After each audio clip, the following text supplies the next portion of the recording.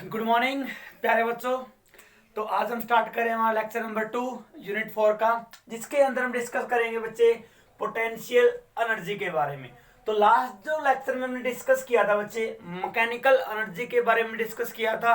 और हमने कहा था कि मैकेनिकल एनर्जी सम होती है किसका, काइनेटिक एनर्जी और पोटेंशियल एनर्जी का। और काइनेटिक एनर्जी के बारे में हम अच्छे से पढ़ चुके थे। तो आज आता है हमारे पास बच्चे पोटेंशियल एनर्जी के बारे में।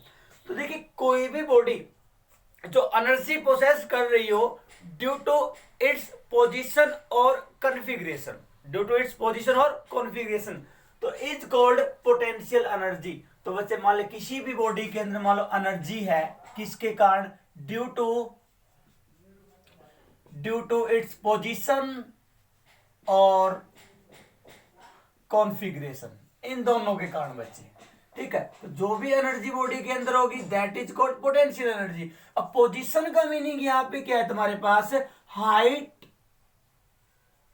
From the ground of earth, height from the ground of earth, ये मतलब बच्चे आपका पोजीशन का। मीन जहां भी पोजीशन वर्ड मिल जाए तो समझ जाना कि अर्थ के सरफेस से कुछ हाइट के ऊपर बात कर रहा है वो तुम्हारे पास। ठीक है, तो उस समय जो एनर्जी होगी वो कौन सी होगी तुम्हारे पास है, पोटेंशियल एनर्जी होगी। और कॉन्फ़िगरेशन की मैं बात करूं वहां पे, तो इसका मतलब होता है बेटे तुम्हारे पास क्या, शेप से रिलेटेड। ठीक है, अब किसी भी बॉडी की मान लो तुम्हारे पास शेप को मैंने क्या कर दिया, डिफॉर्म कर दिया। डिफॉर्म मतलब बिगाड़ दिया उसकी शेप को। तो जिसके थ्रू भी मैंने उस शेप को बिगाड़ा है, तो उस समय उसके पास जो एनर्जी स्टोर हुई है तुम्हारे पास, वो एनर्जी कौन सी होगी तुम्हारे पास, पोटेंशियल एनर्जी होगी। तो कॉन्फ़िगरेशन का मीनिंग यहाँ पे क्या, उसकी शेप से रिलेटेड होगा।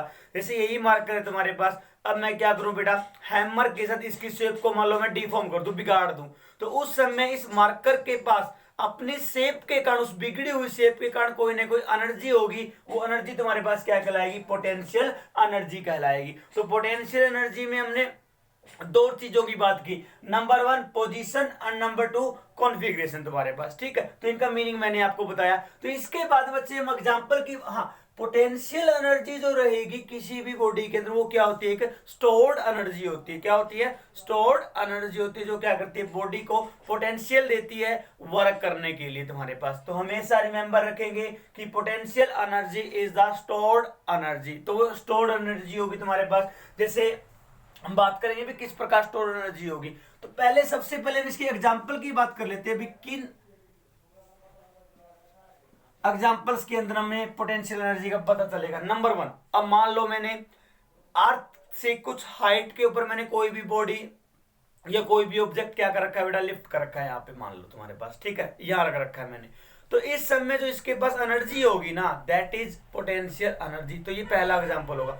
दूसरा एग्जांपल की मैं बात करूं, मान लो तुम्हारे पास कोई भी स्प्रिंग है बेटा, आपने स्प्रिंग को क्या कर दिया, मान लो स्ट्रेच कर दिया या उसको कंप्रेस कर दिया। ठीक है, तो स्ट्रेच कर रहे हो या कंप्रेस कर रहे हो, मतलब आप क्या कर रहे हो, उसकी पोजीशन को, सॉरी उसकी शेप को क्या कर रहे हो, डिफॉर्म कर रहे हो। तो उस समय उसके शेप के डिफॉर्म के कारण उसके पास जो एनर्जी होगी वो तुम्हारे पास कौन सी होगी, पोटेंशियल एनर्जी होगी। और जो हमारी डैम होती है, ठीक है, उसके अंदर जो रिजर्वर के अंदर जो पानी तुम्हारे पास होता है, वाटर जो होता है, तो कुछ हाइट के ऊपर वो डैम होती है तुम्हारे पास। तो तुम्हें पता है पानी ऊपर से नीचे गिराया जाता है टरबाइन के ऊपर। तो बेटा हाइट के ऊपर कुछ ना कुछ वो तुम्हारे पास जो वाटर होगा, तो उसके पास जो एनर्जी होगी वो कौन सी होगी, पोटेंशियल एनर्जी होगी तुम्हारे पास। या हम बात करें तुम्हारे पास सिस्टम किसका, बो और एरो का। ठीक है, बो और एरो, बो और एरो का system.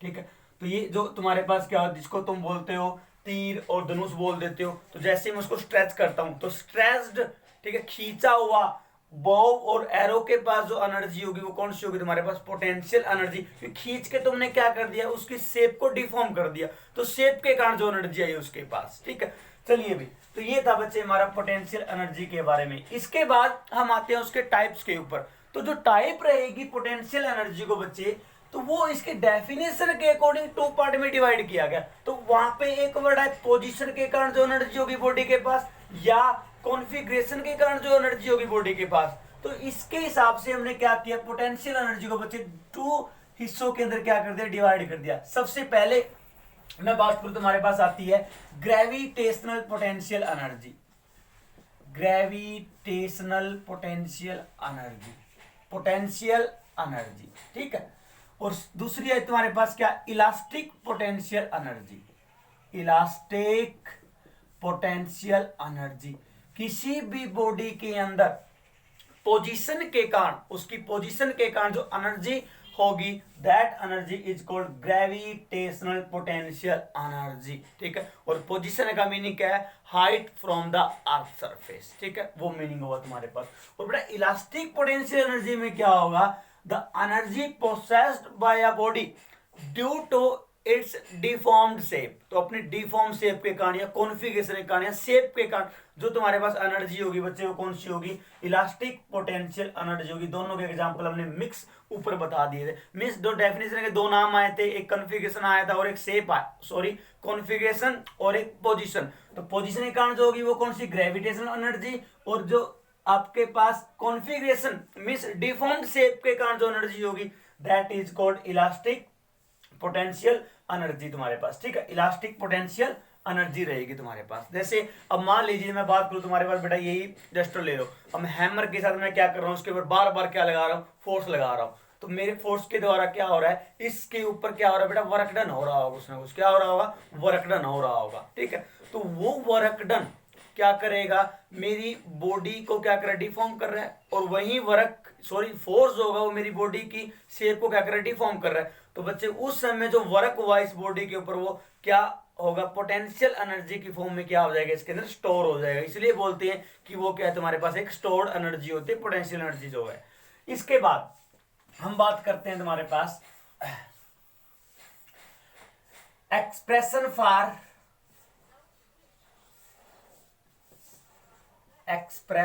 For gravitational potential energy. Gravitational potential तो निकालती है अभी, ग्रेविटेशनल पोटेंशियल एनर्जी का फॉर्मूला क्या रहेगा, चलो बच्चे निकालते हैं। देखो अब मान लीजिए हमने क्या लिया बच्चे, अर्थ के ग्राउंड से या अर्थ सरफेस से कुछ हाइट के ऊपर मैंने एक बॉडी ली, मान लो यहाँ पे बॉडी है मेरी, क्लियर है। और जो हाइट है तो कहां से बच्चे, ग्राउंड से या अर्थ के सरफेस से, वो कितनी मान ली मैंने, एच मान ली। कितनी मान ली, एच मान ली। बॉडी का मास तुम्हारे पास कितना है, एम है। यहां तक क्लियर है। अब देखो अर्थ से कुछ हाइट पे मैंने बॉडी को लिफ्ट किया हुआ है यहाँ पे, ठीक है।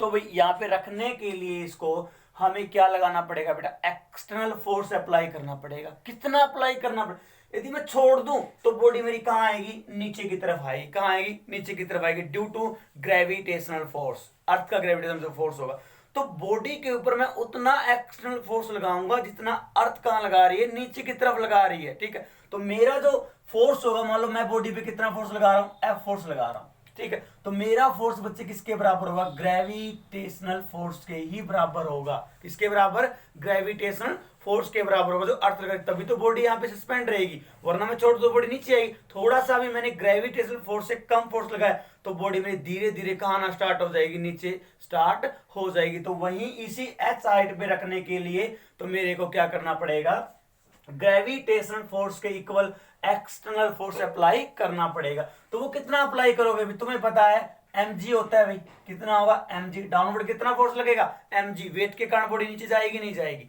तो mg होगा तुम्हारे पास। तो यहां पे बच्चे मैं ये निकाल लेता हूं तुम्हारे पास क्या, वर्क।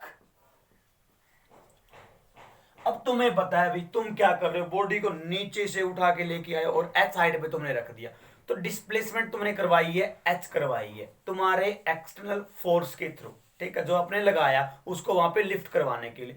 तो तुम्हारे फोर्स के द्वारा उस ऑब्जेक्ट पे कितना वर्क हुआ वो मैं निकालने जा रहा हूं। तो work done by applied force, तो अप्लाइड फोर्स के द्वारा बेटा कितना वर्क किया गया मैं वो निकालूं। तो W इज इक्वल तुम्हारे पास क्या होगा, देखो फोर्स होता है, ठीक है, इनटू में क्या होती है डिस्प्लेसमेंट, वो कितने तुम्हारे पास H है, H वेक्टर लगा दिया मैंने भी। ठीक है, डिस्प्लेसमेंट H हुई है, वेक्टर क्वांटिटी के फॉर्म में लिख दिया मैंने। तो दोनों को जब मैं ब्रेक करता हूं तो कितना आता है, FH cos थीटा आएगा। अब देखो फोर्स भी तो कहां है बच्चे, ऊपर की तरफ है, फोर्स की डायरेक्शन भी, डिस्प्लेसमेंट भी कहां हुई है, ऊपर की तरफ हुई है। तो दोनों के बीच में एंगल कितने का हुआ, 0 डिग्री हुआ। तो यहां पे रखा मैंने क्या, FH cos 0 डिग्री। तो कितना आता है, ओनली एफ आता है। एफ की वैल्यू कितनी है तुम्हारे पास, mg। तो ये वर्क डन आया बच्चे, किसका, वर्क डन आया मेरे फोर्स का जो मैंने बॉडी पे लगा रखा था h हाइट पे लिफ्ट करने के लिए। अब आगे देखो, अब वही मैं वर्क डन निकाल रहा हूं, मतलब वर्क डन निकाल रहा हूं मैं किसके द्वारा भी, ग्रेविटेशनल फोर्स भी तो बॉडी को नीचे की तरफ खींच रहा है, कहां खींच रहा है, नीचे की तरफ। तो ग्रेविटेशनल फोर्स कितना काम कर रहा है इस बॉडी के ऊपर, वो मैं निकालू तुम्हारे पास, वो क्या आएगा, work done is equal to F G dot में क्या आएगा बच्चे, एच आएगा भी, क्योंकि एच हाइट हो चुके, डिस्प्लेसमेंट एच हो चुके, डिस्प्लेसमेंट क्या है वहां पे, ऊपर की तरफ है, ठीक है। ग्रेविटेशनल फोर्स कहां लग रही है, नीचे की तरफ लग रही है। तो ग्रेविटेशनल फोर्स के द्वारा जब आप वर्क डन निकालोगे उस समय जो एंगल रहेगा डिस्प्लेसमेंट और फोर्स के बीच में वो कितना रहेगा, 180 डिग्री, दोनों की डायरेक्शन अपोजिट होगी। तो इसका मतलब यहां पे बच्चे क्या लिखा जाएगा, एफ जी एच कोस 180 डिग्री। और बेटा एफ जी की वैल्यू कितनी है, एम जी एच है, और कोस 180 कितना होता है, -1, तो माइनस मैंने यहां लगा दिया, तो ये वर्क डन आया भाई तुम्हारे पास, ठीक है। तो बेटा यही वर्क डन मेरी इस बॉडी के अंदर स्टोर हो गया पोटेंशियल एनर्जी की फॉर्म में, तो इसी को मैं क्या लिखूंगा, पोटेंशियल एनर्जी लिखूंगा। वर्क के बराबर कितना आई, -mgh आई। यदि मेरी बॉडी नीचे की तरफ फॉल कर रही होती, फिर जो ग्रेविटेशनल फोर्स के द्वारा जो वर्क होता है वो पॉजिटिव होता है, क्योंकि डिस्प्लेसमेंट और ग्रेविटेशनल फोर्स की डायरेक्शन वहां पे क्या होती, तुम्हारे पास सेम होती, तो वहां पे एंगल क्या लेते, थीटा इज इक्वल 0 डिग्री लेते भी तुम वहां पे। तुम्हें पता है अभी बॉडी नीचे आ रही थी, अब यही मान लो कि ऊपर की तरफ जो वर्क था वो तुमने कितना बता दिया भाई, नेगेटिव बता दिया, तो नीचे जब आएगी तब वर्क कितना होगा ग्रेविटेशनल फोर्स के द्वारा, तो पॉजिटिव लेना पड़ेगा अभी यहाँ पे, ठीक है, डायरेक्शन। चलो इसके बाद ये हमें पता चल गया अभी। हाँ, इस फॉर्मूले से हमें क्या, this is the potential energy, ठीक है, ये पोटेंशियल एनर्जी है तुम्हारे पास, ठीक है। अब बच्चे मान लो ग्राउंड के ऊपर होती बॉडी, कहां होती, ग्राउंड के ऊपर होती, यहां होती, तो यहाँ पे एच की वैल्यू कितनी है तुम्हारे पास, 0 है ना, तो यहाँ पे पोटेंशियल एनर्जी की वैल्यू कितनी हुई तुम्हारे पास, यू पोटेंशियल एनर्जी बोल रहे हो, वो कितना 0 होता है, एच की वैल्यू क्या होती तुम्हारे पास, 0 होती। क्लियर हो यहाँ तक, ठीक है। ये था बच्चे मेरा क्या, पोटेंशियल एनर्जी का कंसेप्ट, ठीक है। इसके बाद हम बात करते हैं बच्चे elastic potential energy of a spring, elastic potential energy of a spring, elastic potential energy of a spring. चलिए तो देखो भाई, तो हमने पढ़ा था कि जब किसी भी आप स्प्रिंग को मान लो स्ट्रेच कर रहे हो या उसको कंप्रेस कर रहे हो, ठीक है, तो उसकी शेप को आप क्या कर रहे हो, डिफॉर्म कर रहे हो, तो डिफॉर्म शेप के कारण जो एनर्जी जो स्टोर होगी बॉडी के अंदर, that is called elastic potential energy. तो वही हमने कैलकुलेट करनी है। जैसे मैं यहां तुम्हें बात करूं, देखो मान लीजिए बच्चे मेरा जो स्प्रिंग है यहाँ पे, ये स्प्रिंग मैंने यहां लगा रखा है, ये एक स्प्रिंग है, ठीक है। अब मैंने क्या किया, इस स्प्रिंग को कंप्रेस कर दिया, फोर्स लगा के क्या कर दिया, कंप्रेस कर दिया। अब जैसे ही मैं कंप्रेस करता हूं तो बेटा मेरा स्प्रिंग जो है मान लो वो यहां आ गया, यहां आ गया, ठीक है। बिल्कुल मैंने क्या बनाए, नियर नियर इसके बाउंड बनाए हैं तुम्हारे पास, ठीक है, मतलब कंप्रेस हो गया तुम्हारे पास। तो ये तो हो गया तुम्हारे पास किसका बच्चे, यहां पे तो इसका क्या हुआ, क्या किया गया, यहां पे कंप्रेशन हुआ, यहां पे ये तो हो गया कंप्रेशन, ठीक है, उसको बीच दिया गया है इस प्रकार।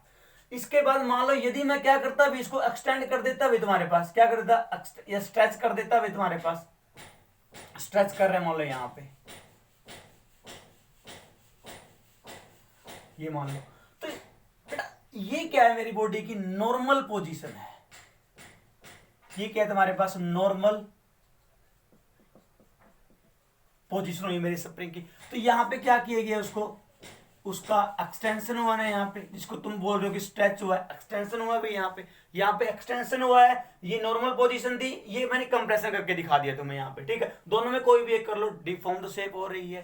तो यहाँ देखो बच्चे, तो यहां से लेके पहले मेरी बॉडी यहां तक डिस्प्लेसमेंट हुई, तो मैंने कह दिया बच्चे कितनी डिस्प्लेसमेंट हुई है, एक्स, कितनी हुई, एक्स कह दी मैंने, ठीक है। और इसी प्रकार मान लो पहले यहां था और ये भी मैं एक्स ही ले रहा हूं तुम्हारे पास, ठीक है। डिफरेंस दिख रहा होगा आपको डायग्राम में, लेकिन मैं इक्वल लेके चल रहा हूं भाई, जितना मैंने कंप्रेस किया है उतना मैं एक बार स्ट्रेच करके दोनों केस के अंदर मैं निकाल के बताऊंगा।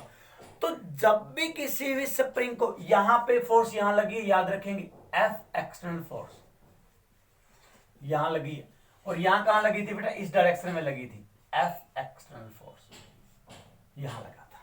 ठीक है, अब देखो जब भी आप क्या करते हो, किसी स्प्रिंग को तुमने स्ट्रेच कर दिया, तुमने फोर्स लगा के उसकी शेप को डिफॉर्म कर दिया, अभी तुमने छोड़ दिया डिफॉर्म करके, बाद में वापस से स्प्रिंग कहां आ जाएगा, अपनी नॉर्मल पोजीशन में आएगा। तो भी तुमने उसकी शेप को बिगाड़ा तुम्हारे एक्सटर्नल फोर्स के द्वारा, ठीक है, वो लगा के। तो भी बॉडी जैसे तुमने एक्सटर्नल फोर्स को हटाया स्प्रिंग से, तो कोई ना कोई तो फोर्स था फिर भी जो बॉडी को वापस कहां लेके, उस स्प्रिंग को कहां लेके गया, अपनी नॉर्मल पोजीशन में लेके गया। तो ऐसे फोर्स का नाम होता है तुम्हारे पास क्या, रीस्टोरिंग फोर्स, जो बॉडी को क्या कर रहा है, रीस्टोर कर रहा है अपनी नॉर्मल पोजीशन के अंदर तुम्हारे पास। ठीक है, और बच्चे जितना तुम एक्सटर्नल फोर्स लगाओगे उतना ही उस बॉडी स्प्रिंग के अंदर क्या डेवलप होगा, रीस्टोरिंग फोर्स डेवलप होगा, तभी तो बॉडी मेरी उसी स्टेट में पहुंच जाएगी जिसमें वो इनिशियल थी तुम्हारे पास, इनिशियली थी तुम्हारे पास। ठीक है, तो हमेशा रिमेंबर रखेंगे। तो रीस्टोरिंग जो फोर्स होगा, क्या होगा, जो रीस्टोरिंग जो फोर्स होगा, जिसको मैं यहाँ पे मान लो एफ का नाम दे रहा हूं, वो हमेशा बच्चे किसके इक्वल होगा तुम्हारे पास, एक्सटर्नल अप्लाइड फोर्स के बराबर। In case of elastic body है, जो बॉडी क्या हो तुम्हारे पास, परफेक्टली इलास्टिक हो वहां, लेकिन कभी ऐसा जब भी रबड़ को खींच लो, ठीक है, छोड़ दो, वापस उसी शेप में आ जाता है। तो भाई क्यों आया, क्योंकि रिस्टोरिंग फोर्स होता है जो वापस लेके आता है उस बॉडी को तुम्हारे पास। ठीक है, तो दोनों फोर्स, यदि मान लो रिस्टोरिंग फोर्स कम होता, अब स्प्रिंग मान लो यहाँ था तुम्हारे पास, तुमने खींच दिया, ऐसे ले आए, छोड़ दिया, तो क्या पता यहाँ आके रुक जाए, रिस्टोरिंग फोर्स उतना ना हो तो नॉर्मल पोजीशन में वापस उसमें नहीं आएगा, वो उतना डेवलप ना हो, तो उतना ही डेवलप होगा, तभी वो क्या आएगा, नॉर्मल पोजीशन में आएगा। तो both forces are equal but opposite in direction. तो यहाँ पे रिस्टोरिंग फोर्स बच्चे कहाँ आएगा, देखो इस तरफ आएगा, नहीं आएगा, जिसको मैं एफ का नाम दे रहा हूं, इस तरफ आएगा भी, क्योंकि इस तरफ लेके आएगा वापस अपनी नॉर्मल पोजीशन में। तो यहां कहां आएगा रिस्टोरिंग फोर्स, इस तरफ आएगा भी, यहां आएगा रिस्टोरिंग फोर्स, ये बना दिया मैंने, यहाँ पे इस तरफ ही आएगा। तो दोनों केस में देख लो, यहां भी देख लो और यहां भी देख लो, तो रिस्टोरिंग फोर्स और एक्सटर्नल फोर्स की जो डायरेक्शन है वो क्या तुम्हारे पास अपोजिट रहेगी बच्चे। और रिस्टोरिंग फोर्स जो हमेशा क्या होता है बच्चे, डायरेक्टली प्रोपोर्शनल होता है किसके, डिस्प्लेसमेंट के, किसके भाई, डिस्प्लेसमेंट के, ऑलवेज। ठीक है, तो डिस्प्लेसमेंट कितनी हुई यहाँ पे, एक्स हुई है भाई, कितनी हुई है, एक्स हुई है डिस्प्लेसमेंट। ठीक है, तो always restoring force develop in a spring is directly proportional to the negative of displacement. Why we take negative, क्योंकि बच्चे डिस्प्लेसमेंट की और रिस्टोरिंग फोर्स की डायरेक्शन जो क्या रहेगी तुम्हारे पास, अपोजिट रहेगी। क्या रहेगी, अपोजिट रहेगी। देखो यहाँ रिस्टोरिंग फोर्स कहाँ है, वहां है ना, डिस्प्लेसमेंट कहाँ हुई है, यहाँ हुई है, यहाँ नीचे की तरफ देखोगे रिस्टोरिंग फोर्स कहाँ है तुम्हारे पास, यहाँ है, डिस्प्लेसमेंट कहाँ हुई है, वहां हुई है। तो ये नेगेटिव साइन इसलिए लगाया गया। तो जब भी तुम क्या करोगे, डायरेक्टली प्रोपोर्शनल का साइन रिमूव करते हो, तो वहां पे कांस्टेंट जन्म लेता है, उसको लिखा मैंने क्या, के, और ये था तुम्हारे पास एक्स बच्चे, माइनस का साइन। ठीक है, और बच्चे यहाँ पे के जो होगा तुम्हारे पास, उसको क्या बोला जाता है, फोर्स कांस्टेंट। याद बेटे, दूसरा नाम क्या रहता है इसका, स्प्रिंग कांस्टेंट, स्प्रिंग कांस्टेंट। यहां तक क्लियर है अभी, स्प्रिंग कांस्टेंट। अब इसके बाद देखो तुम्हारे पास क्या है। अब मैं ये कह रहा हूं कि मान लीजिए बच्चे किसी, हाँ एक बात और मैं आपको बता दूं कि जो आपके पास एक्सटर्नल जो फोर्स होगा बच्चे, वो किसके इक्वल होगा, negative of apply restoring force. ठीक है, और रिस्टोरिंग फोर्स कितना आया, माइनस, माइनस में के एक्स आया, नहीं आया भाई। ठीक है, तो एक्सटर्नल फोर्स की जो वैल्यू रही वो कितनी रही तुम्हारे पास, के एक्स रहेगी, कितनी रहेगी, के एक्स। मैग्नीट्यूड लेना चाहूं तो मैं सीधा लिख सकता हूं कि एक्सटर्नल फोर्स जो रहेगा वो तुम्हारे पास क्या रहेगा, के एक्स के बराबर रहेगा। ये मैंने मैग्नीट्यूड की फॉर्म में लिख दिया अभी। यहां तक बात समझ में आई। इसके बाद देखिए बच्चे, हम कह रहे हैं कि मान लीजिए हम एक हमने क्या किया, स्टार्टिंग में कोई डिस्प्लेसमेंट नहीं थी, कितनी थी, जीरो थी तुम्हारे पास। हमने कहां तक डिस्प्लेसमेंट करवाई है, हमारे स्प्रिंग की एक्स तक डिस्प्लेसमेंट करवाई है। तो मैं जो वर्क डन कर रहा हूं स्प्रिंग के ऊपर फोर्स, एक्सटर्नल फोर्स के द्वारा, वो जीरो से लेके एक्स डिस्प्लेसमेंट तक कर रहा हूं, एक्स डिस्टेंस तक कर रहा हूं। तो मैं वर्क डन निकालना चाहता हूं। सबसे पहले मैंने ये कहा कि मान लीजिए बच्चे कि तो ये रिमेंबर रखना यहाँ पे एक बार, ठीक है। ये एक्सटर्नल फोर्स की वैल्यू है। तो मान लीजिए किसी भी टाइम इंस्टेंट के ऊपर मान लो डिस्प्लेसमेंट बच्चे कितनी हुई तुम्हारे पास, dx हुई, कितनी हुई, dx हुई। तो उस समय जो वर्क डन निकलेगा वो स्मॉल निकलेगा भी, तो उसकी वैल्यू क्या रहेगी तुम्हारे पास, एक्सटर्नल फोर्स जो तुमने लगाया, ठीक है, इनटू में क्या रहेगी तुम्हारे पास बच्चे, डिस्प्लेसमेंट, इनटू में क्या रहेगी, डिस्प्लेसमेंट, ठीक है। दोनों के बीच में एंगल तुम्हें पता कितने का बनेगा, 0 डिग्री बनेगा। कितने का बनेगा, 0 डिग्री बनेगा। तो क्यों बनेगा वो आपको पता है, क्योंकि भाई एक्सटर्नल फोर्स देख लो, ठीक है, और डिस्प्लेसमेंट देख लो, दोनों केस में डायरेक्शन क्या है, सेम है, तो एंगल तो 0 बनेगा भी। cos 0 कितना होता है, 1 होता है, तो मैं नहीं लिख रहा यहाँ पे।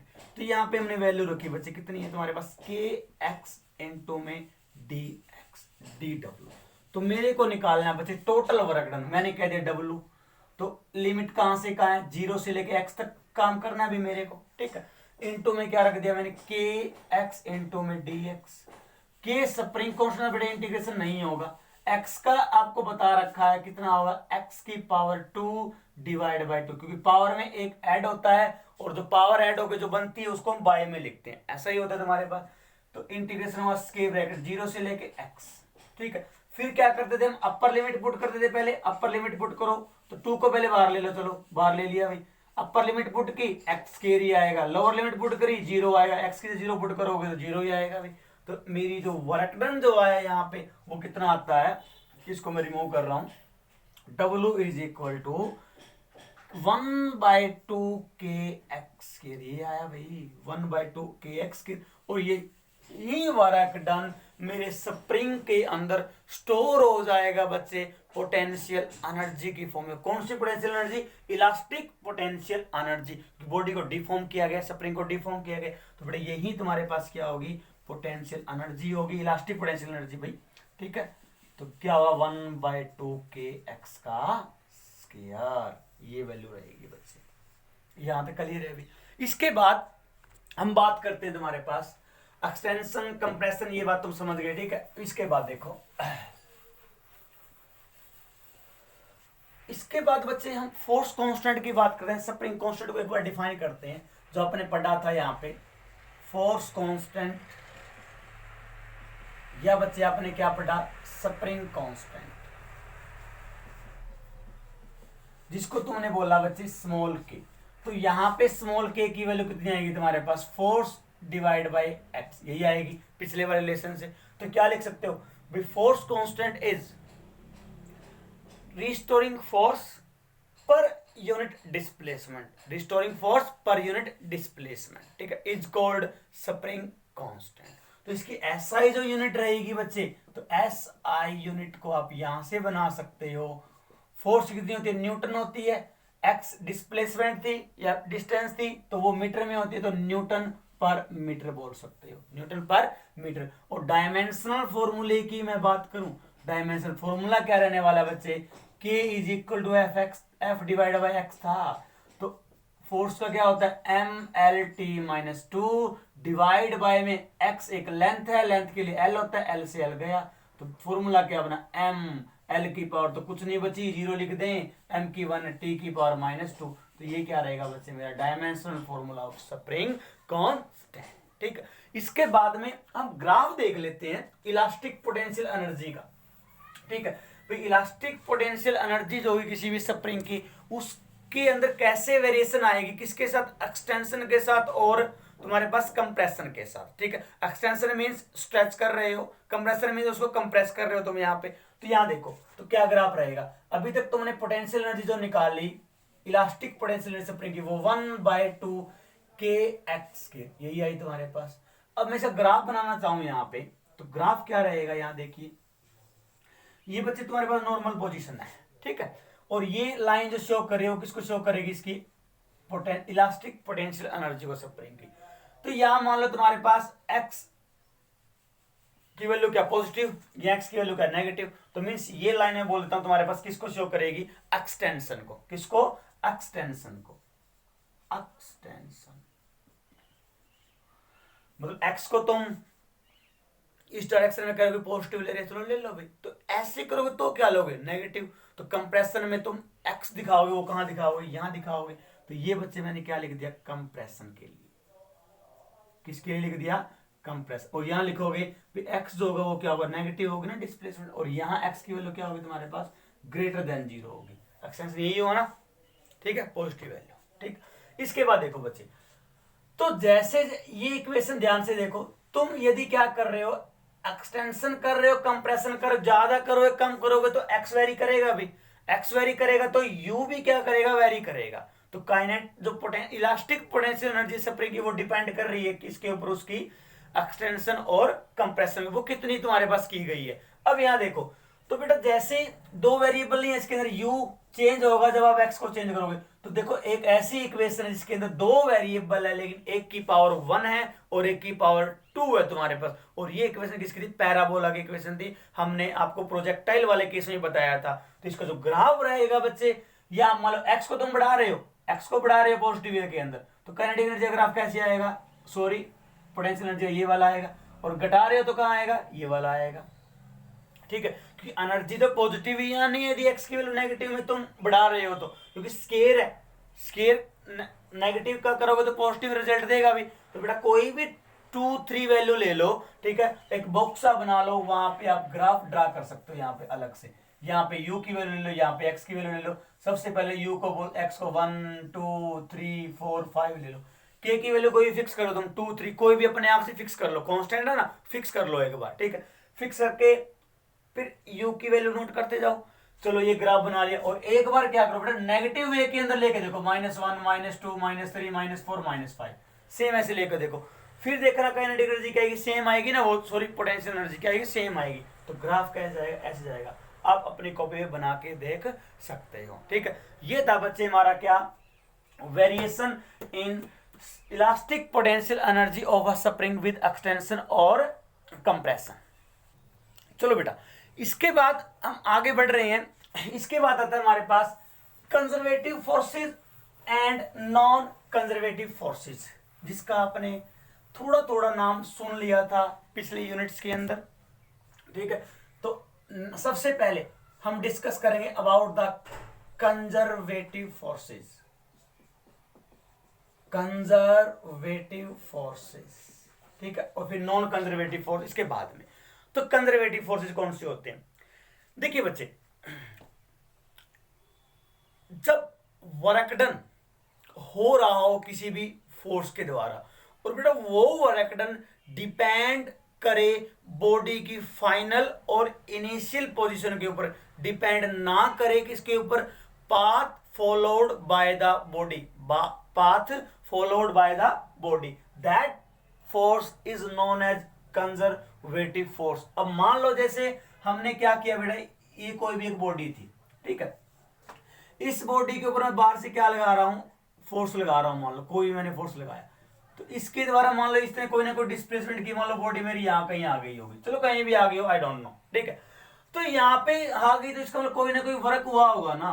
तो बेटा जो इस फोर्स के द्वारा जो वर्क डन किया गया है, फोर्स के द्वारा जो वर्क डन ये किया गया है, तो ये वर्क डन डिपेंड ना करे किसके ऊपर, बॉडी के द्वारा फॉलो किए गए पाथ पे। ठीक है, बॉडी ने कौन सा पाथ लिया अभी यहां तक, यहां जाने में, इस बात पे डिपेंड ना करे वर्क डन। किस पे डिपेंड करे, ओनली इसकी फाइनल और इनिशियल पोजीशन के ऊपर बॉडी की। तब जो ये वाला फोर्स होगा जो वर्क डन कर रहा था, तो इस फोर्सेज का नाम तुम्हारे पास क्या बोलोगे, इन फोर्सेज का नाम कंजर्वेटिव फोर्सेज बोलोगे। एग्जांपल के लिए आप दे सकते हो ग्रेविटेशन फोर्स हो गया, और तुम्हारे पास इलेक्ट्रिक फोर्स या इलेक्ट्रोस्टैटिक फोर्स बोल दो। तो ये किसके एग्जांपल है बेटा, तुम्हारे पास कंजर्वेटिव फोर्स के ही एग्जांपल है। तो इनमें ऐसा ही कुछ होता है। ठीक है, तो अब डेफिनेशन को मैं क्लैरिफाई करने के लिए क्या कर रहा हूं, कुछ एग्जांपल ले रहा हूं, एग्जांपल के थ्रू एक्सप्लेन करना चाहेंगे हम इसको। अब मान लीजिए बच्चे हमारे पास ये अर्थ का ग्राउंड है तुम्हारे पास, ठीक है, यहां पे हमारी बॉडी रखी हुई है। ठीक है, अब हमने क्या किया, इस बॉडी को यहां से उठा के हम कहां ले गए, मान लो बच्चों यहां लेके चले गए, यहां लेके चले गए, कितनी हाइट पे, h हाइट पे, कितनी हाइट पे भाई, h हाइट पे लेके चले गए। यहां तक क्लियर है। तो मान लो मेरी बॉडी का बच्चे जो मास था ना, वो कितना था, m मास था। कितना मास था, m मास था। तो यहां पे बॉडी के ऊपर, ठीक है, ग्रेविटेशनल फोर्स ने कितना वर्क किया है, ठीक है, वो वर्क जो मैं निकालना चाहूं तुम्हें पता कितना आएगा, W is equal to M G H आएगा ना, हमने पढ़ा था कंसेप्ट में, ठीक है। तो कितना आएगा, M G H work done, और यही पोटेंशियल एनर्जी की फॉर्म में इसके अंदर स्टोर हो जाएगा। तो ये तो आया बच्चे कहाँ, जब यहां से बॉडी को अभी यहां उठा के लेके चले गए। तो ग्रेविटेशनल फोर्स के द्वारा पढ़ रहे हैं हम, किसके द्वारा पढ़ रहे हैं, तो ग्रेविटेशनल फोर्स के द्वारा जो वर्क डन किया गया है, ठीक है। तो वो मैंने यहां निकाल दिया अभी, चलो ठीक है निकाल दिया। अब की बार मैंने बिल्कुल क्या किया, स्ट्रेट रास्ते से मैं बॉडी को वर्टिकली कहां लेके गया हूं, ऊपर की तरफ लेके गया हूं एच हाइट पे, ठीक है। अब क्या कर रहा हूं, सेम बॉडी है, मान लो इस बॉडी को बच्चे मैंने क्या किया, इसी वे में उठाया, मान लो तुम्हारे पास, ठीक है। मान लो यहाँ ए पॉइंट के ऊपर थी वो, स्टार्टिंग में बेटा मैं कहां लेके गया, मान लो इस बी पॉइंट पे लेके गया, कहां लेके गया, बी पॉइंट पे लेके गया। उसके बाद बेटा मान लो तुम्हारे पास कहां लेके गया, सी पॉइंट पे लेके गया। उसके बाद मान लो हम लेके गए इसको डी पॉइंट पे, डी पॉइंट। इसके बाद मान लीजिए हम लेके गए बच्चे कहां, ई पॉइंट पे, ठीक है। ये मान लो बेटा कहां हो गया तुम्हारे पास, एफ पॉइंट, और यहां लेके चले गए हम कहां, इसको ये वाला जी पॉइंट, सॉरी यहां दिखाइए बिल्कुल इसको अच्छे से, मान लो यहां लेके चले गए। इसके बाद तुम यहां लेके चले गए, ठीक है। फिर तुम यहां से कहां ले आए बॉडी को, बिल्कुल सेम इसी लैंग्वेज यहां ले आए, बिल्कुल सेम, ठीक है। ऐसे लेके चले गए। अच्छे से बनाना हो तो अच्छे से बना देते हैं भाई हम इसको,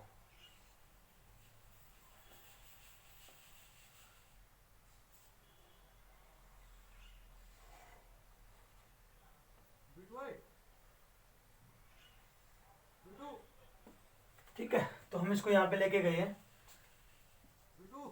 इसके बाद ये देखो बेटा, तो स्टार्टिंग में हमने क्या किया, बॉडी सेम है, सेम मास की है, ठीक है, उतनी वही सेम पोजीशन में मतलब यहां रखी हुई है तुम्हारे पास, ठीक है। तो यहां देखो ग्राउंड के ऊपर ही है। तो क्या किया, पहले मैंने ए से उठा के कहां लेके गया, मैं बी पॉइंट पे लेके गया, यहां लेके गया, अभी यहां लेके गया मैं, ठीक है। फिर जो हाइट मान लो यहां तक कितने तुम्हारे पास, मैंने बोल दिया h1 हाइट, कितनी हाइट है, h1 हाइट है, यहां तक क्लियर है। फिर कहां लेके गया, मैं बी पॉइंट से बॉडी को कहां लेके गया, सी पॉइंट पे लेके गया, यहां इस तरफ लेके गया। फिर यहां पे कोई हाइट नहीं है, यहां पे कोई हाइट नहीं है। इसके बाद सी से मैं कहां लेके गया, डी पे लेके गया, अभी यहां पे हाइट h2 है मान लीजिए। फिर हम लेके गए डी से कहां, ई की तरफ, फिर ई से कहां लेके गए, एफ की तरफ, ये एफ पॉइंट मान लो यहां। तो यहाँ हाइट कितनी है बच्चे, h3 है, कितनी है, h3। फिर एफ से हम लेके गए कहां, बॉडी को जी पॉइंट पे लेके गए, कहां लेके गए, जी पॉइंट पे, और हाइट यहां भी कितनी है बॉडी की, h ही है, बोले यही सेम बॉडी है, मैंने अलग दिखाया डायग्राम भी, ऐसे लेके गए, सॉरी पहले ऐसे, फिर ऐसे, फिर ऐसे, फिर ऐसे, फिर ऐसे, फिर वापस यहाँ ले आए, ठीक है। मैंने डायग्राम यहाँ दिखाया आपको यहाँ पे जस्ट, ठीक है। अब यहाँ देखो, तो भाई मान लो यहां से यहाँ ए से बी जाने में मैंने मान लो W1 वर्क किया, कितना वर्क किया, किसने किया, अबे ग्रेविटेशनल फोर्स की बात कर रहे हैं। मैंने एग्जांपल है बोला कि ग्रेविटेशनल फोर्स क्या है, एक कंजर्वेटिव फोर्स है। तो ग्रेविटेशनल फोर्स के द्वारा ए से बी में जो वर्क डन किया गया वो W1 है, कितना है, तो वो कितना होगा तुम्हारे पास, मास इंटू में ग्रेविटी इंटू में कितनी होगी तुम्हारे पास, हाइट h1 होगी तुम्हारे पास, ठीक है। तो mgh1, तो ये वर्क डन हुआ कहां, ए से बी की तरफ। इसके बाद में बॉडी को हम कहां से कहां ले गए, बी से सी की तरफ लेके गए। उस समय हमारे ग्रेविटेशनल फोर्स ने कितना वर्क किया, यहाँ पे हाइट तो कोई है ही नहीं भाई यहाँ पे, तो ग्रेविटेशनल फोर्स जो वर्क करेगा वो कितना करेगा, 0 करेगा भी। तो W2 की वैल्यू कितनी बच्चे यहाँ पे, 0 हुई। अब C से जब मैं D गया, तब मान लीजिए तुम्हारे पास जो वर्क डन है वो कितना है तुम्हारे पास, W3, ये W1 W2 था। तो W3 की वैल्यू मैं देखूं तो कितनी हाइट तक ले आया मैं उसको, h2 तक ले आया भाई। तो C से लेके D तक जो मैंने वर्क डन करना पड़ा उसकी वैल्यू कितनी लिखूंगा, mgh2, mgh2। इसी वे में जब D से E लेके गया तब मान लो वर्क डन कितना हुआ, W4, वो 0 होगा भी ग्रेविटेशनल फोर्स के द्वारा, क्योंकि यहाँ पे कोई भी तुम्हारे पास हाइट नहीं ट्रेवल की गई है यहाँ पे, ठीक है, कोई हाइट नहीं है क्योंकि सेम है। तो इसके बाद ई से एफ की तरफ तुम जब जाओगे तब वर्क डन मान लो W5 हुआ, तो कितना हुआ बच्चे, mg हाइट मान ली कितनी तुमने, h3 होगी। अब फिर एफ से लेके जी पॉइंट पे जब गए, वहां पे वर्क डन की वैल्यू मैंने क्या बोल दी, W6 बोल दी। यहां भी हाइट नहीं है भाई तुम्हारे पास, ठीक है, एफ से लेके जी तक कोई हाइट आई, कोई भी हाइट नहीं आई है, तो हाइट की वैल्यू कितनी, 0 है, तो 0 होगी तो वर्क डन कितना होगा, 0 ही होगा भी, क्योंकि हम वर्क डन निकाल रहे हैं ड्यू टू ग्रेविटेशनल फोर्स, और वो हमेशा पोटेंशियल एनर्जी की फॉर्म में होता है तुम्हारे पास, उसका फॉर्मूला क्या था, mgh, इसीलिए मैं h को यहां क्या ले रहा था, 0 ले रहा था। तुमने टोटल वर्क डन कितना किया, मैंने बॉडी को ए से जी के तक लेके जाने में, हाइट सेम है, हाइट क्या सेम है, चलो जोड़ लो भाई, चलो मैं जोड़ता हूं, टोटल वर्क डन यहां की बात हो रही है इस केस की, तो W1 प्लस, मान लो ये डैश बोल दो, चलो W2 plus W3 plus W4 plus W5 plus W6, यहां देखो इसकी W1 की वैल्यू कितनी, mgh1 है, प्लस W2 की वैल्यू 0 नहीं लिखते, W3 कितना है, mgh2, W4 फिर 0 आपके पास नहीं लिखते, W5 कितना है तुम्हारे पास, mgh3 है, W6 कितना है, 0 नहीं लिखते, तो यहां से कॉमन क्या आ रहा है बच्चे, mg कॉमन आ रहा है, तो h1 plus h2 plus h3 आ रहा है, नहीं आ रहा, तो यहां पे mgh, तो ये किसके इक्वल होगा, अबे ये h1 ये h2 ये h3 पूरी मिलके क्या बना रही है, h बना रही है, तो मैंने इसको भी लिख दिया h। तो दोनों केस के अंदर वर्क डन की वैल्यू कितनी आ रही है, 0 आ रही है, तो कंजर्वेटिव सॉरी ग्रेविटेशनल फोर्स ने यहां ऐसे जाने में भी, यहां तक बॉडी को लाने में भी कितना वर्क डन किया, mgh, और सीधा लेके जाने में कितना किया, mgh, तो इसका मतलब यहां पे जो वर्क डन किया गया मेरे ग्रेविटेशनल फोर्स के द्वारा, वो पाथ पे तो डिपेंड ही नहीं किया, यहाँ पे पाथ देखो टेढ़ा मेढ़ा लिया हमने, तो पाथ पे डिपेंड नहीं किया, सेम आया दोनों केस में, सिर्फ इनिशियल पॉइंट और फाइनल पॉइंट पे डिपेंड किया, यहां भी तुम एच साइड तक लेके गए, यहां भी तुम एच साइड तक लेके गए, ठीक है, तो यहां पे पोजीशन को तुम ऊपर लेते तो तुम कहते भी पोजीशन चेंज होगी, तो वर्क डन चेंज होता तुम्हारे पास, तो वर्क डन लगाता, लेकिन सेम हाइट तक तुम बॉडी को उठा के लेके जा रहे हो, डिफरेंट पाथ लेके चले जाओ, ठीक है, तब सबके केस में वर्क डन की जो वैल्यू आएगी बच्चे ग्रेविटेशनल फोर्स के द्वारा, वो कितनी आएगी तुम्हारे पास, सेम आएगी, इक्वल आएगी, तो इसका मतलब यहाँ पे कौन, ये वर्क डन जो हुआ ग्रेविटेशनल फोर्स के द्वारा, ठीक है, तो उस समय जो ग्रेविटेशनल फोर्स यहाँ पे है ना, वो कौन सा फोर्स है, कंजर्वेटिव फोर्स है तुम्हारे पास, ये हमेशा याद रखेंगे, तो ये बच्चे प्रूफ था हमारे पास, ठीक है, ये फिगर फर्स्ट है, ये फिगर सेकंड है तुम्हारे पास, ठीक है, तो यहां से प्रूफ होता है कि work done by a conservative force, ठीक है, does not depend on the path followed by the body. अब मैं बात कर रहा हूं कि कंजर्वेटिव जो फोर्स होगा उसके द्वारा जो एक तुम्हारे पास क्लोज पाथ के अराउंड जो वर्क किया जाएगा, वो कितना होगा तुम्हारे पास, 0, क्लोज पाथ का मतलब जहां से वो गया था वापस वहीं पे आ जाए, क्लोज पाथ बन गया भाई तुम्हारे पास, क्लोज पाथ बन गया, तो उस समय हम वर्क की बात कर लेते हैं एक बार बच्चे, यहां देखो, अब मान लीजिए बच्चे यहां से बॉडी को मैं लेके गया, तो कंजर्वेटिव फोर्स कौन सा है, यहाँ पे ग्रेविटेशनल फोर्स है, कौन सा है, जो नीचे की तरफ लग रहा है, तो मैं बॉडी को ऊपर लेके गया, तो कंजर्वेटिव फोर्स ग्रेविटेशनल फोर्स जो था उसने वर्क डन कितना किया, mgh, हमने ग्रेविटेशनल पोटेंशियल एनर्जी कंसेप्ट में निकाला था, तो माइनस mgh हो गया, तब नीचे जब मैं लेके आऊंगा, तो ये बात मैंने बताई थी, तब नीचे जब आएगा तब ग्रेविटेशनल फोर्स काम कितना करेगा, mgh करेगा भाई, कितना करेगा, तो बॉडी यहां से चली थी, यहां गई, यहां तक चली गई, तो उस समय ग्रेविटेशनल फोर्स ने जो वर्क किया वो तुम्हारे पास कितना, माइनस mgh, अब मान लो नीचे से जब ऊपर यहां तक आएगी वापस, तो उस समय कितना वर्क डन लोगे, पॉजिटिव लेना पड़ेगा भी, क्योंकि एंगल वहां पे कितना बनेगा, 0 डिग्री, तो टोटल वर्क डन आने में और जाने में कितना हुआ, टोटल वर्क डन 0 नहीं हुआ, दोनों को ऐड करके देखो 0 हुआ, तो इसका मतलब क्लोज लूप के अराउंड जो वर्क डन किया जाएगा कंजर्वेटिव फोर्स के द्वारा, वो कितना किया जाएगा बच्चे, 0 किया जाएगा। आई बात समझ में, चलिए भी इसके बाद में आते हैं बच्चे हम नेक्स्ट पे, क्या, non conservative force, non conservative force, बिल्कुल इससे क्या होगा, अपोजिट होगा, when the work done by a force, ठीक है, does not depend on the initial or final position of body but only depend on the path followed by the body, then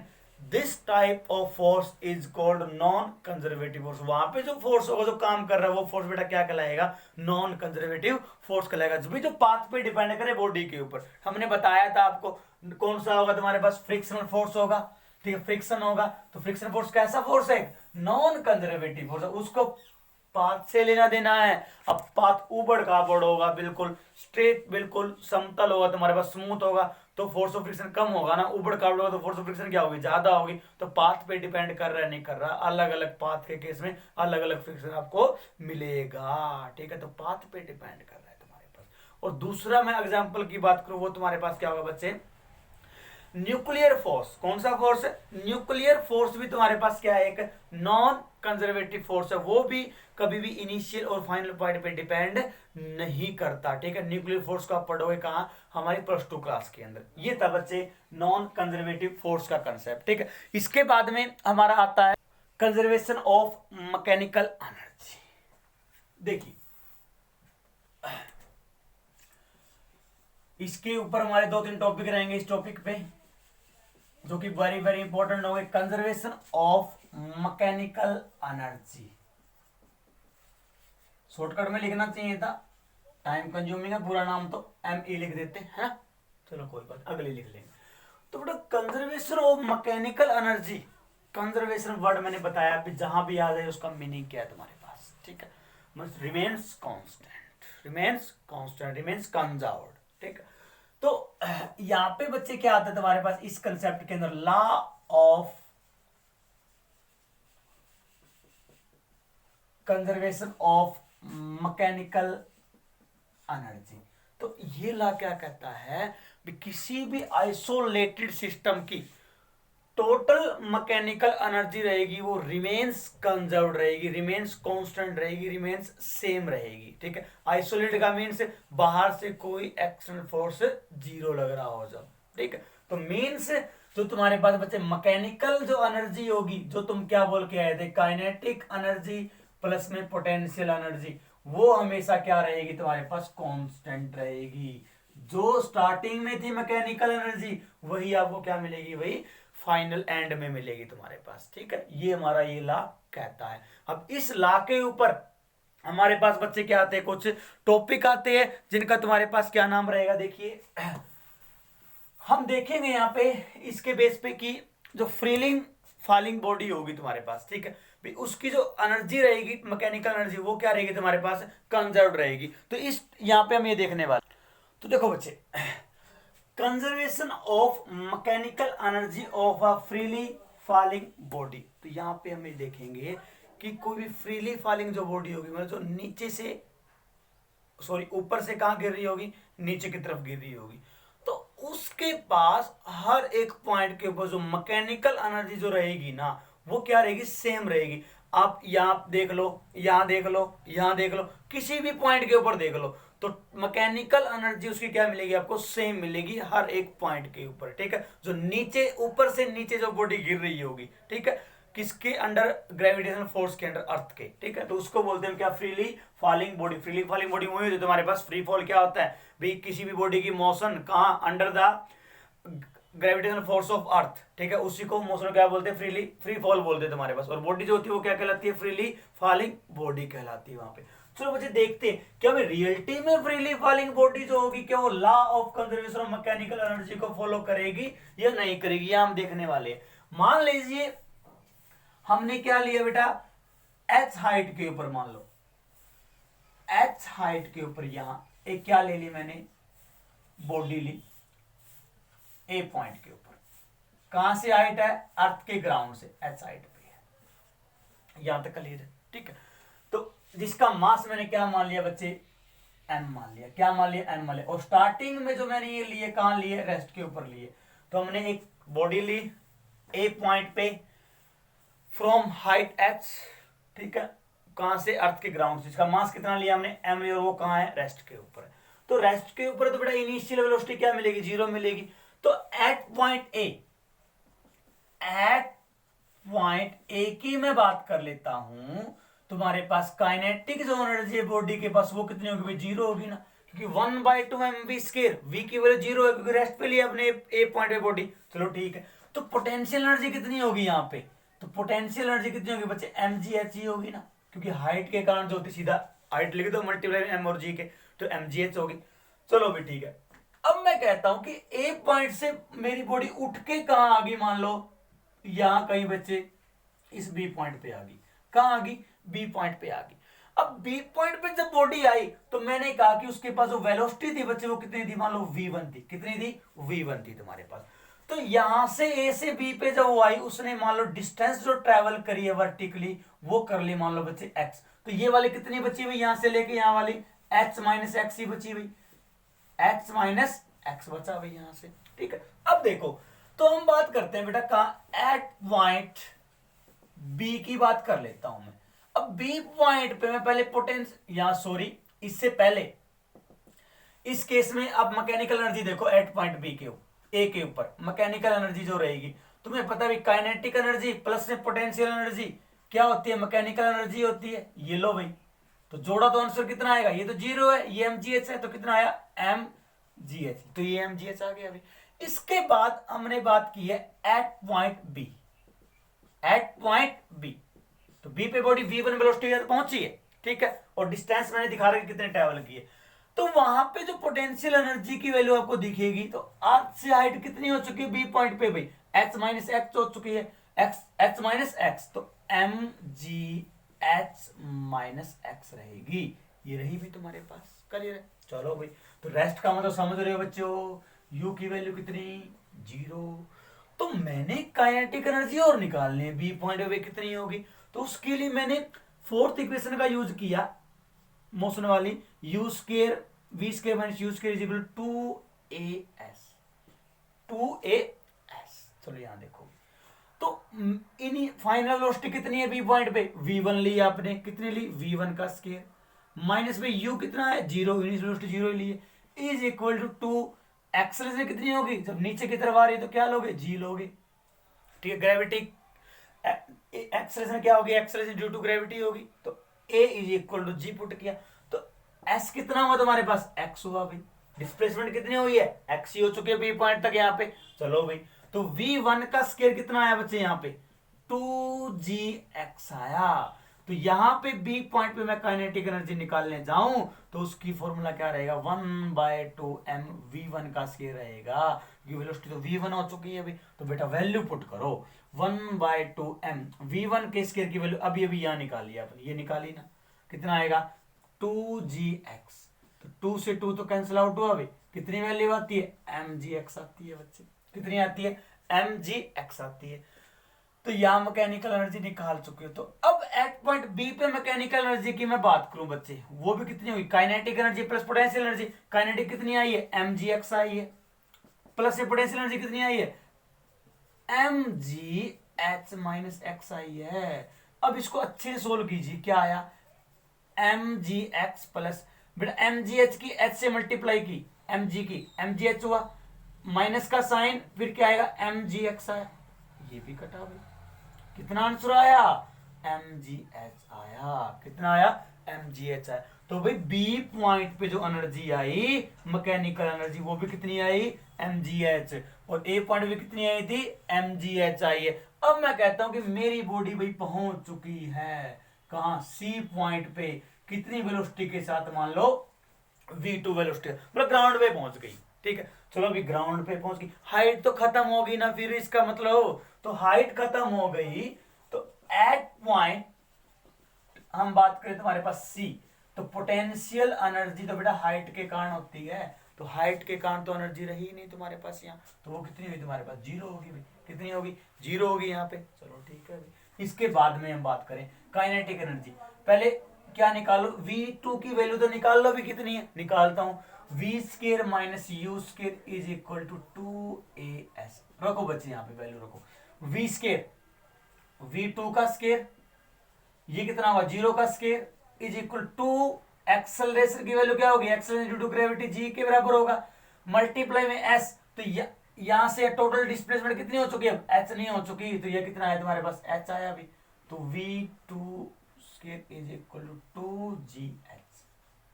तो यहां पे काइनेटिक एनर्जी अब निकालो, कितनी रहती 1/2m v2 का स्केयर रहता अभी, तो रखना वैल्यू कितनी आई 1/2m v2 का स्केयर 2gh, 2 तो 2 से 2 कैंसिल हुआ, क्या आई mgh आई भी, कितनी आई mgh। तो एट पॉइंट सी के ऊपर मैकेनिकल एनर्जी जी वैल्यू रहेगी वो क्या रहेगी, पोटेंशियल एनर्जी प्लस में काइनेटिक एनर्जी, तो mgh ही तो आएगा। तो तीनों पॉइंट पे मैंने वैल्यू निकाल के देखी मैकेनिकल एनर्जी की, सेम आ रही है।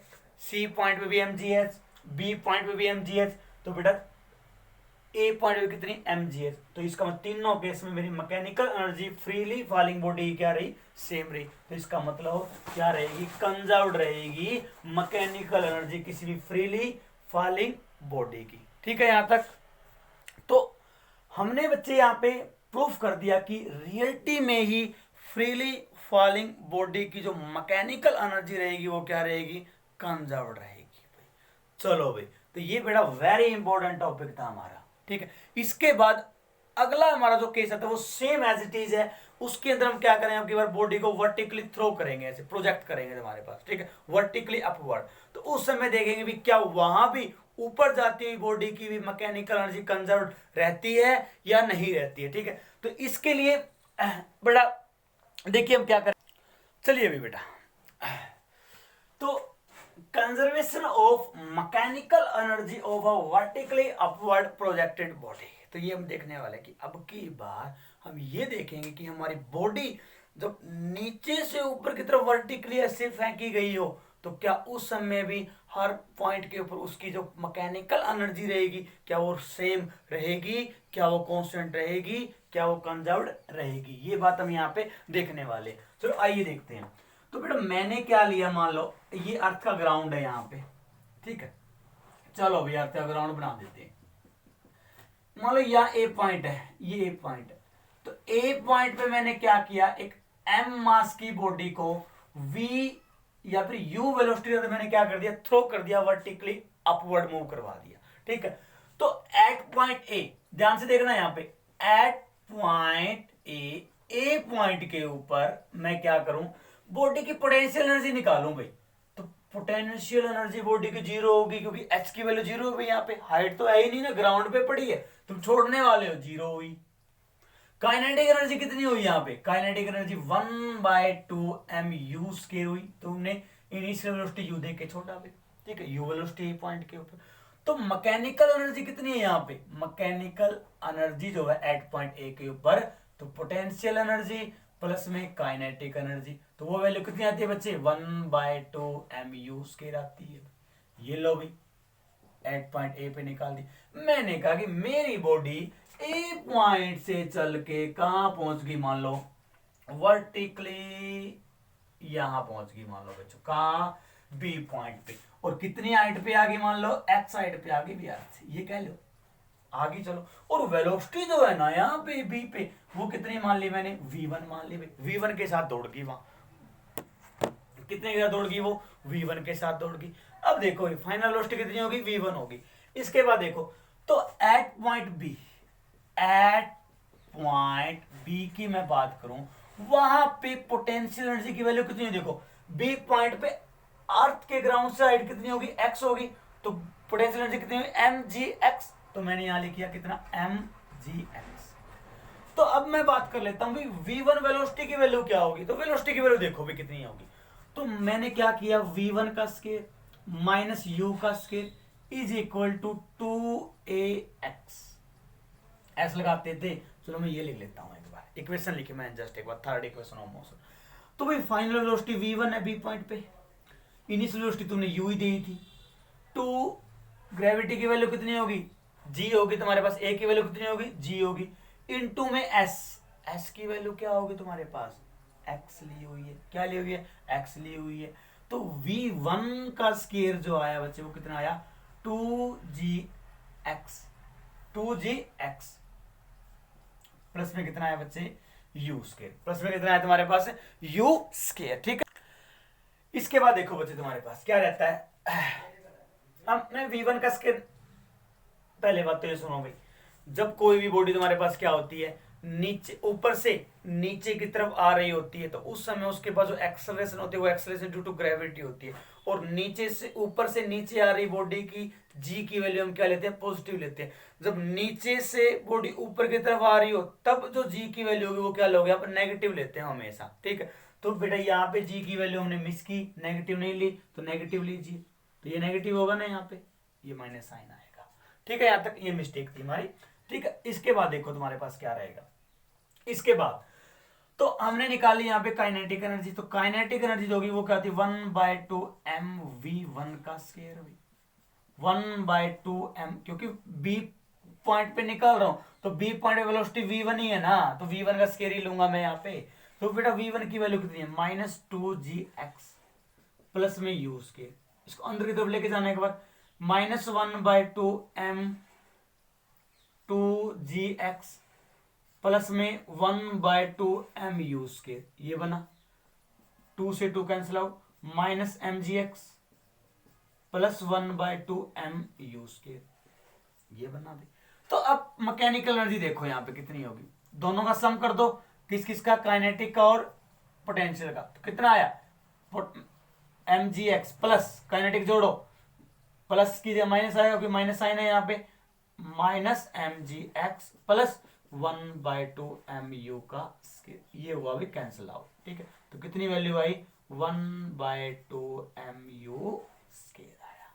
यहां तक क्लियर है। इसके बाद हम निकाल रहे, मान लो हमारी बॉडी बी से बेटा लेके कहां पहुंच गई, मान लो यहां पहुंच गई, मान लो इस सी पॉइंट पे पहुंच गई, जो कि अर्थ के ग्राउंड से कितनी दूर हो चुका है, h दूर हो चुका है।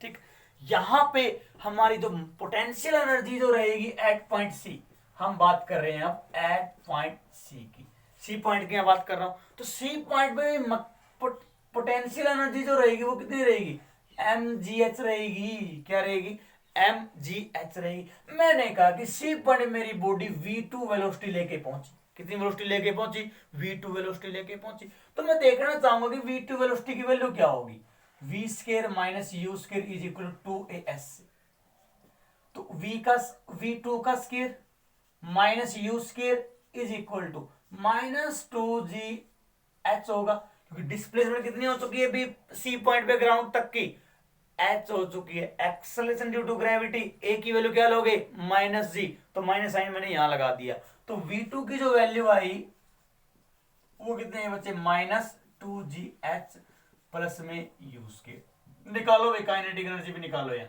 कितनी आएगी 1/2m, v2 का स्क्वायर आएगा, v2 का स्क्वायर आया और v2 के स्क्वायर की वैल्यू पुट करो 1/2m 2gh, सॉरी माइनस का था, प्लस में बच्चे u स्क्वायर था, अंदर मल्टीप्लाई करो, तो इसकी पहले इससे करोगे तो कितना आएगा -mgh आएगा ना, क्योंकि 2 से 2 तो कैंसिल आउट हो जाएगा। अब जब इस टर्म की इससे करोगे तो कितना आएगा 1/2mu स्क्वायर आया। तो मैकेनिकल एनर्जी कितनी आई यहाँ पे, mechanical energy is equal to potential energy plus kinetic energy, और पोटेंशियल तुमने निकाली कितनी mgh, और काइनेटिक कितनी आई बच्चे यहाँ पे -mgh लिखोगे, फिर लिख दो भाई, प्लस में 1/2mu स्क्वायर लिखोगे, लिख दो 1/2mu स्क्वायर, तो ये तो वो भी कैंसिल आउट, तो कितनी बची 1/2mu स्क्वायर।